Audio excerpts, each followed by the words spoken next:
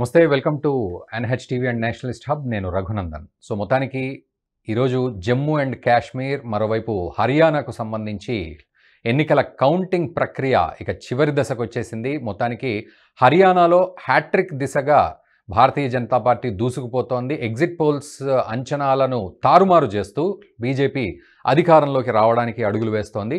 ఇదొకటైతే Jammu and కాశ్మీర్లో కూడా మరి సమీకరణాలు ఏ విధంగా ఉన్నాయని మనం అర్థం చేసుకోవాలి. ఎందుకంటే 2014 విషయానికి వస్తే ఈరోజు 2024లో మళ్ళీ మాట్లాడుకోవాల్సిన పరిస్థితి. కాబట్టి ఈరోజు జమ్మూ అండ్ కాశ్మీర్లో సిచ్యువేషన్స్ ఏ విధంగా ఉన్నాయి, ఆర్టికల్ 370 రద్దు తర్వాత ఎటువంటి పరిస్థితులు పరిణామాలు ఉన్నాయి, ముఖ్యంగా జమ్మూ లాంటి ప్రాంతంలో ఎటువంటి సమీకరణాలు, కాశ్మీర్ లాంటి ప్రాంతంలో ఎటువంటి సమీకరణాలు, అండ్ ఈ ఎలక్షన్స్ ద్వారా ప్రజలు ఏం చెప్పాలనుకుంటున్నారు, ఏ పార్టీకి ఎటువంటి సందేశం ఇవ్వాలనుకుంటున్నారు, ఎక్కడ ఏ పార్టీ బలహీనంగా ఉంది, ఏ పార్టీ లీడింగ్లో ఉంది అనే విషయాన్ని మనము ఎలా అనలైజ్ చేసుకోవాలి. మొత్తానికి ఓవరాల్గా జమ్మూ కాశ్మీర్లో సిచ్యువేషన్స్ ఏ విధంగా ఉన్నాయి ఇప్పుడున్న లెక్కల ప్రకారం అంటే మనం ఏం అర్థం చేసుకోవాలనే విషయంలో మనం మాట్లాడదాం. మనతో పాటు ప్యానెల్లో బీజేపీ అధికార ప్రతినిధి అమర్నాథ్ సారంగుల గారు ఉన్నారు. అమర్నాథ్ గారు నమస్తే అండి. అమర్నాథ్ గారు, ఓవరాల్గా అంటే హర్యానాలో అటు బీజేపీ హ్యాట్రిక్ దిశగా వెళ్తోంది, ఇక చివరి దశలో ఉంది, తెలిసిపోతుంది అక్కడ సిచ్యువేషన్. సో జమ్మూ కాశ్మీర్లో ఉన్న లెక్కల ప్రకారం ఎట్లా అర్థం చేసుకోవాలి? ఎందుకంటే బీజేపీ కూడా కొంత ప్రతిష్టాత్మకంగా తీసుకున్నప్పటికీ క్యాండిడేట్స్ని నిలబెట్టే విషయంలో కానీ, అండ్ మరోవైపు అటు ఐఎన్సి కావచ్చు, నేషనల్ కాన్ఫరెన్స్ కావచ్చు, జేకేఎన్సి, మరోవైపు ఇటు కాంగ్రెస్ కావచ్చు, కలిసి దిగడం, అండ్ ఆర్టికల్ 370ని మళ్ళీ రీస్టోర్ చేస్తామని చెప్పి కూడా మేనిఫెస్టోలో పెట్టడం నేషనల్ కాన్ఫరెన్స్ పార్టీ. సో ఇవన్నీ కూడా తీసుకుంటే ప్రజలు వేసిన ఓట్ శాతం కూడా బాగానే ఉంది, బాగా ఎక్కువగా కాకుండా ఒక మోస్తరుగానే మంచిగానే కనబడుతోంది. సో ఇవన్నీ కూడా మీరు దృష్టిలో పెట్టుకుంటే ఎలాంటి సిచ్యువేషన్స్ ఉన్నాయంటారు? మొదటగా మన ప్రేక్షకులకు నమస్కారం అండి. ఇప్పుడు జమ్మూ కాశ్మీర్ లో ఒక ప్రత్యేకమైన వాతావరణంలో ఎన్నికలు జరిగాయి. జమ్మూ అండ్ కాశ్మీర్ లో ఆర్టికల్ 370 రద్దయిన తర్వాత జరుగుతున్న మొదటి నుంచి కూడా నేషనల్ కాన్ఫరెన్స్ పార్టీ చాలా రోజులు అసలు మేము ఎన్నికల్లో కంటెస్ట్ చేయము అనే ఒక క్యాంపెయిన్ తీసుకొని అక్కడ చాలా మందిని కన్సాలిడేట్ చేయడం జరిగింది. మనకు అంటే కాశ్మీరీ ప్రైడ్ అంటాం. సో ఆ కాశ్మీరీ ప్రైడ్ అంటే మనకు అసలు స్టేట్హుడ్, కాశ్మీర్ మొదటి నుంచి కూడా ఒక స్టేటు, స్వయం ప్రతిపత్తి ఉన్న స్టేటు, ఈ రోజు కేంద్రం ఏంది మా మీద ఆజమాయిషి చెలాయించడము అనే ఒక నరేటివ్ ను వాళ్ళు ప్రజలలోకి తీసుకెళ్లారు. ముఖ్యంగా ముస్లిం కమ్యూనిటీ అంటే కాశ్మీర్ వ్యాలీలో అది తీసుకెళ్లడం జరిగింది. ఇక్కడ ఒక చిన్న గమ్మత్తైన విషయం ఏం జరిగిందంటే, ఎప్పుడు కూడా జమ్మూ అంటే హిందూ వర్సెస్ సెపరేటిస్ట్, అక్కడ సెపరేట్ అయితే కాశ్మీర్ సెపరేట్ గా ఇంకో దేశం ఉండాలనో లేకుంటే పాకిస్తాన్ తో కలవాలనో అనుకునే కొంతమంది ఒక సెక్షన్ ఆఫ్ పర్సన్స్ ఉంటారు కదా, వాళ్ళ శాతము అమాంతంగా తగ్గిపోయింది ఆర్టికల్ 370 రద్దయిన తర్వాత. They have come to terms with article 370 not there. అది ఒక అద్భుతమైన విషయము ఈ ఎన్నికల్లో కనబడ్డది. ఎందుకంటే మొదటి నుంచి కూడా పీడీపీ పార్టీ అంటే జమ్మూ కాశ్మీర్ పీడీపీ పార్టీ మొదటి నుంచి కూడా సెపరేటిస్టులను సపోర్ట్ చేసే పార్టీ. సెపరేట్ గా ఉండాలి, లేకుంటే ఒక స్వయం ప్రతిపత్తి కంటిన్యూ కావాలి అనే ఒక నెరేటివ్ ను ప్రజలు తిరస్కరించారు. అంటే పీడీపీకి కనీసం 2-3 సీట్లు కూడా ఇచ్చే పరిస్థితి లేదు. ఒకప్పుడు 30 సీట్లతో 2014లో 30 సీట్లు వచ్చిన పీడీపీ సీట్లకు పడిపోయిందంటే అది ఖచ్చితంగా ఈరోజు జమ్మూ కాశ్మీర్ యువత, మహిళలు పెద్ద ఎత్తున ఎన్నికలలో పార్టిసిపేట్ చేసి ఓటింగ్ చేసి వాళ్ళు ఒకే ఒక మెసేజ్ ఏమి ఇచ్చారంటే, yes we're for democracy and we're for India. Bharatiya Janata పార్టీకి వచ్చేసరికి ఏం జరిగిందంటే, భారతీయ జనతా పార్టీ కంటెస్ట్ చేసిందే మేజర్ గా జమ్మూలో 43 సీట్లలో కంటెస్ట్ చేయడం జరిగింది. ఈ 43 సీట్లలోనే 28 సీట్ల నుంచి 29 సీట్లు ఇప్పుడు మనం సాధించగలుగుతున్నాం. అయితే భారతీయ జనతా పార్టీ ఎక్కడైతే ఎన్సీతో డైరెక్ట్ గా పోటీ పడుతున్నదో జమ్మూలో ఎస్పెషల్లీ ఎన్సీతో పోటీ పడుతున్నది కొన్ని చోట్ల, కాంగ్రెస్ తో కొన్ని చోట్ల పోటీ పడుతున్నది. అయితే కాంగ్రెస్ తో పోటీ పడిన అనేక చోట్ల భారతీయ జనతా పార్టీ గెలుస్తున్నది. ఎన్సీతో పోటీ పడిన కొన్ని చోట్ల అక్కడ 50-50 రిజల్ట్ ఉంది. అంటే ఇప్పుడు జమ్మూలో కూడా కాంగ్రెస్ పార్టీ ఘోరంగా ఓడిపోయింది. అంటే కాంగ్రెస్ పార్టీ అటు హర్యానాలో ఘోరంగా ఓడిపోయింది, అంటే ప్రజలు ఘోరంగా తిరస్కరించారు. వాళ్ళు ఎన్ని కక్కుటమార గజకర్ణ గోకర్ణ విద్యలు చెప్పినా రాజ్యాంగం తీసివేస్తారు, రిజర్వేషన్స్ తీసివేస్తారు. తర్వాత అదేందది మన అగ్నివీర్ స్కీమ్‌లో అందరిని మోసం చేశారు. ఇట్లా అనేక అబద్ధాలు ఆడినా గూడా రాహుల్ గాంధీ గారు లిటరల్లీ బ్రేక్ డాన్సు, షేక్ డాన్సులు అన్ని డాన్సులు చేసినా కూడా హ్మ్. అటు కావచ్చు, ఇటు జమ్మూలో కావచ్చు ఘోరంగా తిరస్కరించారు. హ్మ్. ఎందుకంటే వాళ్ళు కంటెస్ట్ చేసిన మొత్తము 20 సీట్లలో అప్రాక్సిమేట్‌లీ వాళ్ళు గెలుస్తున్నది ఈరోజు ఓన్లీ 7 సీట్లు. హ్మ్. 50% సక్సెస్ రేట్. వాళ్ళ స్ట్రైక్ రేటు చాలా చాలా తక్కువున్నది. బట్ ఇక్కడ అమర్నాథ్ గారు మీరన్న ప్రకారం అటు జమ్మూ అండ్ కాశ్మీర్‌ని గూడా ఏకం జేసి, సో భారతీయ జనతా పార్టీకి సరైన సమాధానం దొరికేసింది ఇప్పుడు. మేము సరైన సమాధానం ఇచ్చాం ప్రజల ద్వారా అని కాంగ్రెస్ పార్టీ చెప్పుకుంటున్న తరుణం. సో దాన్నెలా అర్థం చేసుకోవాలి? Simple sir. ఇప్పుడు భారతీయ జనతా పార్టీ జమ్మూ కాశ్మీర్ గెలుస్తుందని ఎప్పుడు క్లెయిమ్ చేయలేదు గదా! ఓకే. భారతీయ జనతా పార్టీ అక్కడ గెలుస్తున్నాం, మేము గవర్నమెంట్ ఫార్మ్ చేస్తామని ఎప్పుడు చెప్పలేదు. అవును. మేము చెప్పుంటే మేము కాశ్మీర్‌లో అసలు మేము కంటెస్ట్ చేసిందే లెస్ దాన్ 50%. 90లో 43 కంటెస్ట్ చేసి మేము గవర్నమెంట్ ఫార్మ్ చేస్తామని ఎట్లా చెప్తాం? ప్లస్ భారతీయ జనతా పార్టీ ఏ అంటే ఏకైక పార్టీ అక్కడ కంటెస్ట్ చేసిన అలోన్‌గా కంటెస్ట్ చేశాం అక్కడ. హ్మ్. వేరే పొత్తు ఏం లేదు. పీడీపీతో పొత్తు లేదు, ఎన్సీతో పొత్తు లేదు. ఏ పార్టీతో కూడా పొత్తు లేకుండా ఇండిపెండెంట్‌గా కంటెస్ట్ చేసింది భారతీయ జనతా పార్టీ ఒక్కటే అక్కడ. హ్మ్. పార్టీ ఇప్పుడు చూడండి మీరు కాంగ్రెస్ పార్టీ, సిపిఐఎం పార్టీ, తర్వాత ఎన్సీ జేకేఎన్సీ ఇవన్నీ కలిపి కంటెస్ట్ చేశాయి అక్కడ. ఒక 6 పార్టీలు కలిసి కంటెస్ట్ చేశాయి. అవునవును. కలిసి కంటెస్ట్ చేస్తే కాంగ్రెస్ పరిస్థితి ఇది. 7 సీట్లకు పరిమితమైంది.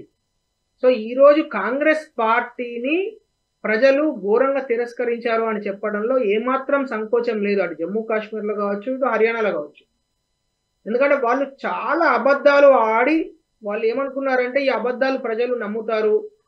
ఈ అబద్ధాలు ప్రజలు నమ్మి మాకు చాలా అద్భుతంగా మాకు పట్టం కడతారు అని అనుకున్న తరుణంలో ప్రజలు చాలా ఇంటెలిజెంట్‌గా ఏం చేశారంటే చాలా స్మార్ట్‌గా అబద్ధాలను నమ్మలేదు. హ్మ్. అయితే భారతీయ జనతా పార్టీ వైపు నుంచి ఏంది బీజేపీ ఏం చేసింది? జమ్మూ నుంచి సీఎం చేయాలి. ఎందుకంటే స్వాతంత్రం వచ్చినప్పటి నుంచి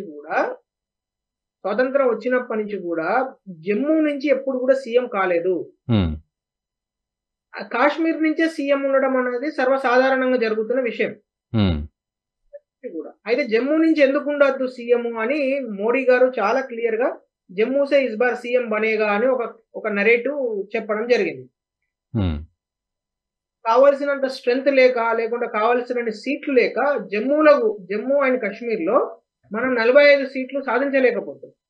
అయితే ఒక గమ్మత్తైన విషయం ఏందంటే మొదటి నుంచి కూడా జమ్మూ కాశ్మీర్‌లో ఎన్నికలు అయ్యేంత వరకు ఒక గేమ్ నడుస్తది.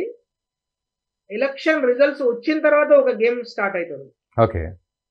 ఆ గేమ్ ఎట్లా జరగబోతున్నది అనేది కూడా wait and watch.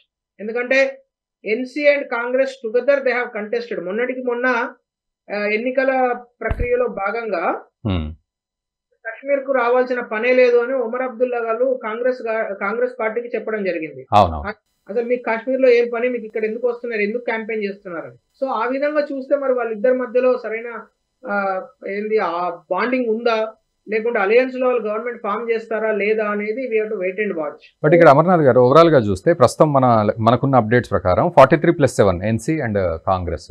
So Congress నిజంగానే మీరన్నట్టు చాలా తక్కువ ప్లేసెస్‌లోనే మెల్లిగా నత్తనడక నడుస్తోంది. బట్ ఎన్సీ ఫుల్ ఫ్లెడ్జ్ స్వింగ్‌లో ఉన్నట్టుగా మనం పూర్తిగా భావించొచ్చా? లేకపోతే ఏమైనా మీరన్న ఈక్వేషన్స్ తారుమారయ్యే పరిస్థితి ఉంటుందా చివర్లో? ఎన్సీ పార్టీకి ఓట్లు వేయాలని ఈ రోజు కాదు సార్. 3 నెలల క్రితమే కాశ్మీరు ప్రజలు అనుకోని ఉంటారని నేను అనుకుంటున్నాను. ఎందుకంటే మేము లాస్ట్ 6 మంత్స్ నుంచి వచ్చిన రిపోర్ట్స్‌లో మనం అబ్జర్వ్ చేస్తే చాలా ఎర్లీ స్టేజెస్‌లోనే they have decided to vote for NC. ఎందుకంటే ఒమర్ అబ్దుల్లా అండ్ ఫరూక్ అబ్దుల్లా ఫ్యామిలీ ఏదైతే వాళ్ళు చెప్తున్నారో, అంటే వాళ్ళు ఏం చెప్తున్నారు? స్టేట్‌హుడ్ ఫార్మేషన్ ఒకటి. అంటే ఫుల్ స్టేట్‌హుడ్, కాశ్మీరీ ప్రైడ్. రెండోది ఏం చెప్తున్నారు? ఆర్టికల్ 370ని రీస్టోర్ చేస్తామని. మూడో ఏం చెప్తున్నారు? మళ్ళీ సేమ్ అంటే ఈ ట్రైబల్‌కు, ఎస్సీలకు, ఎస్టీలకు రిజర్వేషన్‌లు తీసేస్తాము. ఆ తర్వాత ఓన్లీ ముస్లిమ్స్‌కే ఇక్కడ పాలించే హక్కు ఉన్నది. ముస్లిమ్సే అన్ని గవర్నమెంట్ ఆఫీసులలో ఉద్యోగాలు చేయాలి. ముస్లిమ్స్‌కి అన్ని రకాల జాబ్‌లు, అన్ని రకాల స్కాలర్‌షిప్‌లు అందాలి. ఎస్సీ, ఎస్టీ తర్వాత బీసీ వీళ్ళందరికీ అసలు ఏ రిజర్వేషన్ ఉండొద్దు అని చెప్పడంలో వాళ్ళు సక్సెస్ అయినారు. అయితే చాలా చోట్ల ఏం జరిగిందంటే ఎస్సీ, ఎస్టీ అట్లాగే ఓబీసీ రిజర్వేషన్స్ పొందిన సంఖ్య వాళ్ళు ఎవరైతే ఉన్నారో వాళ్ళు కూడా కొంతవరకు పోలింగ్ బూత్‌లకు రాలేకపోయి, కొంత ఓటింగ్ చేయలేక, వాళ్ళు కూడా కొన్ని ఏమంటారు కొన్ని రకాల మాయమాటలకు నమ్మి హ్మ్. చేయలేకపోయి ఉంటారని నేను అనుకుంటున్నాను. ఒకవేళ మీరు ఇందాక ఒక చిన్న మాట అన్నారు కదా మీరు. హ్మ్. ఒకవేళ బీజేపీ కంటెస్ట్ చేసి ఉంటే ఏమయ్యేదని. అవును. కాశ్మీర్‌లో. నేను కూడా అనుకుంటున్నాను. అంటే పర్సనల్ మై ఫీలింగ్ ఈజ్ కశ్మీర్‌లో ఒకవేళ బీజేపీ డైరెక్ట్‌గా కంటెస్ట్ చేసి ఉంటే కొన్ని సీట్లు మనం గెలవచ్చేమో అని నాకు అనిపిస్తున్నది. ఎందుకంటే ఈరోజు ఎస్సీ, ఎస్టీ, బీసీ ఆహ్, ఎవరైతే ఉన్నారో వాళ్ళందరూ కూడా బాధపడుతున్నారని ఫీల్ అయితున్నాను. ఎందుకంటే వాళ్ళందరికీ బీజేపీకి ఓటు వేయాలని ఉండే. హ్మ్. కానీ ఎందుకంటే వాళ్ళకు బీజేపీ ఆర్టికల్ 370 తీసేసిన తర్వాతనే కదా వాళ్ళందరికీ వాళ్ళ ఉద్యోగాలు, వాళ్ళ రిజర్వేషన్స్ వాళ్ళకి కల్పించబడ్డాయి కాబట్టి హ్మ్. నా పర్సనల్ ఒపీనియన్ ఏంటంటే ఒకవేళ మొత్తం 90కి 90 గిట్ట బీజేపీ కంటెస్ట్ చేసుంటే ఇంకొక 10, 15 సీట్లు గెలిసి మనము గవర్నమెంట్ ఫార్మ్ చేసే పరిస్థితికి రాగలుగుతున్నామేమో అని నేను అనుకుంటున్నాను. This is my exactly sir. అంటే ఇప్పుడున్న ట్రెండ్స్ ప్రకారం చూస్తే అదే అనిపిస్తోంది. నిజంగా బీజేపీ కాశ్మీర్ మీద కూడా ఫోకస్ చేసి ఎందుకంటే అభివృద్ధి విషయంలో మీరన్నట్టు అక్కడి పేదలకు గాని, మహిళలకు గాని, యువతకు గాని ఉపాధి కల్పిస్తూ ఉంటే అక్కడ ఉన్నవాళ్ళు కూడా కాస్త ఊరట చెందిన సందర్భం మనం చూసాం. మీరన్న సుపరిపాలనలో భాగంగానే ఇది కూడా జరుగుతున్నదన్నట్టుగా. బట్ అక్కడ చూస్తే దాన్ని మళ్ళీ ప్రొడక్టివ్‌గా ఓట్ల రూపంలోకి తీసుకురావడంలో కాశ్మీర్‌లో బీజేపీ వెనకబడిందనే చెప్పాల్సిన పరిస్థితి. కంటెస్ట్ చేయలేదు కదా! యాహ్! ప్రాబ్లమ్ ఏమైందంటే కంటెస్ట్ చేసి ఉంటే నేచురల్లీ అక్కడ మోడీ గారు వెళ్ళేవారు. నేచురల్లీ అక్కడ అమిత్ షా గారు వెళ్ళేవారు. వాళ్ళకు ఆ డిస్‌గ్రంటిల్‌నెస్ కూడా ఉండవచ్చు. అరే! మాకు ఇంత చేసి ఇన్ని మాటలు చెప్పిన పార్టీ ఇక్కడ క్యాండిడేట్ నిలబెట్టకపోవడం. నేచురల్లీ కదా! ఇప్పుడు ఒక పార్టీ అంటే అభిమానం అండి. కానీ ఇప్పుడు మనం ఇక్కడ చూసాం కదా! టీడీపీతో పొత్తులో ఉండడంలో భాగంగా అనేక మంది బీజేపీ కార్యకర్తలు చాలా బ్యాడ్‌గా ఫీల్ అయితుండే. అరే! మేము ఇంత కష్టపడి బీజేపీ జెండాలు కట్టి ఊర్లలో తిరిగితే మీరు టీడీపీకి టికెట్ ఇస్తే మేము ఎవరికి ఓటేయాలి? అలాంటి ఒక ఫీలింగ్ కూడా వచ్చుండొచ్చని నేను అనుకుంటున్నాను. బట్ వి హావ్ టు అంటే దాన్ని ఇంకా బాగా లోతుగా పరిశీలిస్తే గాని మనకు అర్థం కాదు. ఏం జరిగింది? సరే ఓవరాల్‌గా చూస్తే ఇప్పుడు నేషనల్ కాన్ఫరెన్స్ ఇప్పుడు ముందంజలో ఉంది. అంటే సో అధికారం ఫార్మ్ చేసే పరిస్థితి నేషనల్ కాన్ఫరెన్స్‌కి ఉంది అని మనం డిసైడ్ అవ్వొచ్చా? అండ్ ఎలా ఉండబోతోంది? ఆర్టికల్ 370ని మళ్ళీ రీస్టోర్ చేస్తామనే మాట తీసుకుంది కదా!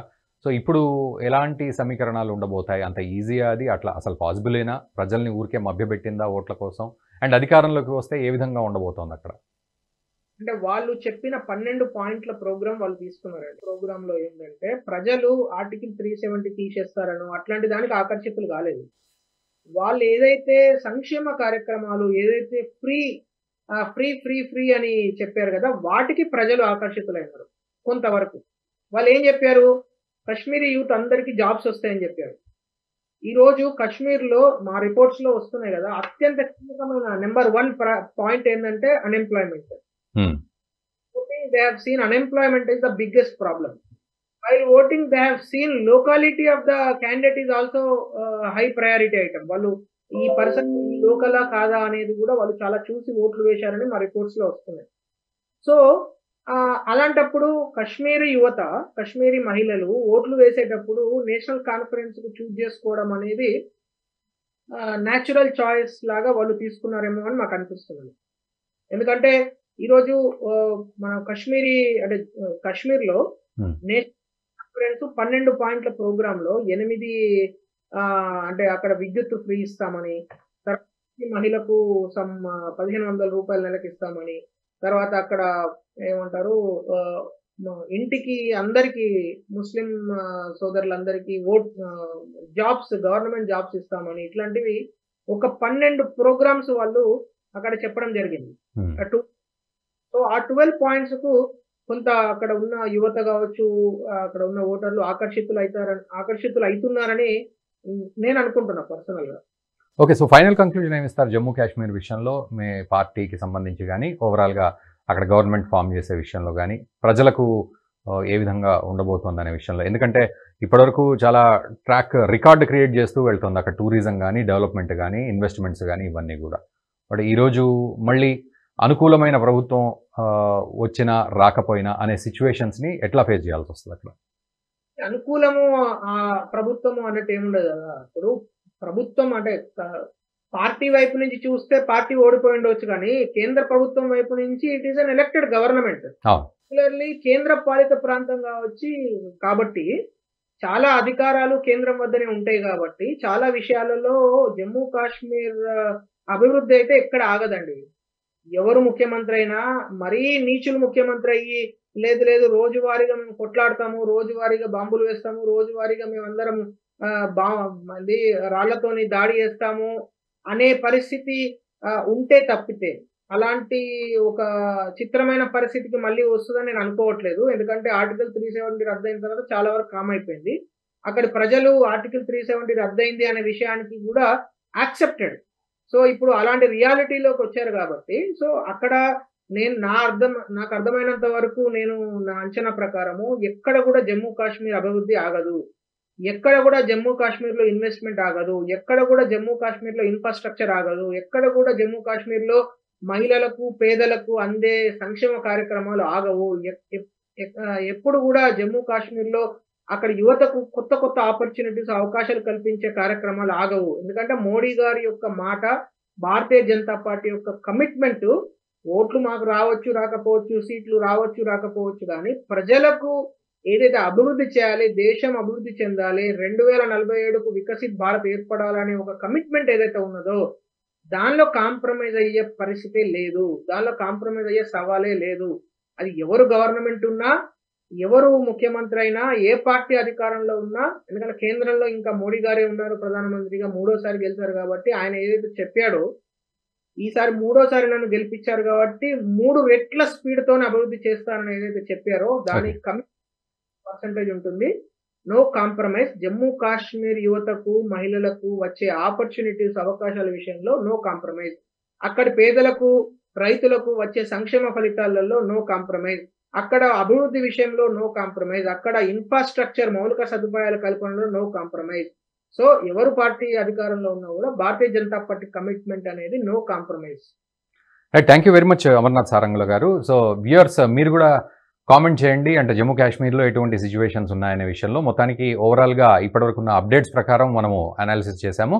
ఏదేమైనప్పటికీ ఇందాక అమర్నాథ్ గారు అన్నట్లు ఎవరు అధికారంలోకి వచ్చినా అక్కడ అభివృద్ధి మాత్రం ఆగదు, ఏ విషయంలో కూడా ఎటువంటి కాంప్రమైజ్ ఉండదు కేంద్ర ప్రభుత్వం తరఫు నుంచి అనేది వారు చెప్తూ ఉన్నారు. అండ్ ఈ వీడియోని మీ మిత్రులకు షేర్ చేయండి, అండ్ వీలైతే కింద కామెంట్ కూడా చేయండి. Thank you very much for watching the video. ఈ వీడియో మీకు నచ్చినట్టయితే లైక్ చేయండి, 10 మందికి షేర్ చేయండి, అలాగే కామెంట్ల రూపంలో మీ అభిప్రాయాలను మాతో పంచుకోండి. Nationalist hub group of channels ను సబ్స్క్రైబ్ చేసుకుని తెలుగునాట జాతీయవాద జర్నలిజాన్ని ప్రోత్సహించండి. ఈ వీడియో కింద ఉన్న బెల్ ఐకాన్ పై క్లిక్ చేయడం మర్చిపోవద్దు.